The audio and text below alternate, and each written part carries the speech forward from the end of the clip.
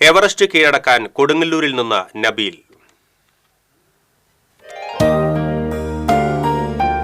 Everest കൊടുമുടി കീഴടക്കാൻ ഒരാൾ.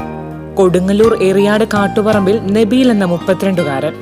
വർഷങ്ങൾക്ക് മുമ്പ് ഇടുക്കിയിലെ ചൊക്രിമുടി മലയിറങ്ങി വരുന്നതിനിടെ കണ്ടുമുട്ടിയ അപരിചിതനായ വഴിയാത്രക്കാരനാണ് നബീലിന്റെ മനസ്സിൽ എവറസ്റ്റ് എന്ന ആഗ്രഹത്തിന്റെ വിത്ത് വിതച്ചത്.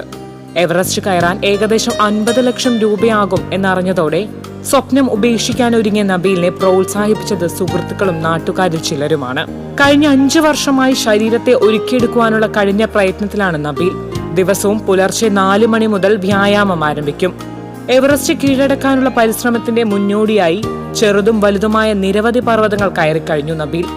12,500 അടി ഉയരമുള്ള ഉത്തരാഖണ്ഡിലെ ഖണ്ഡയാണ് അക്കൂട്ടത്തിലെ ഏറ്റവും ഉയരമുള്ള പർവ്വതം.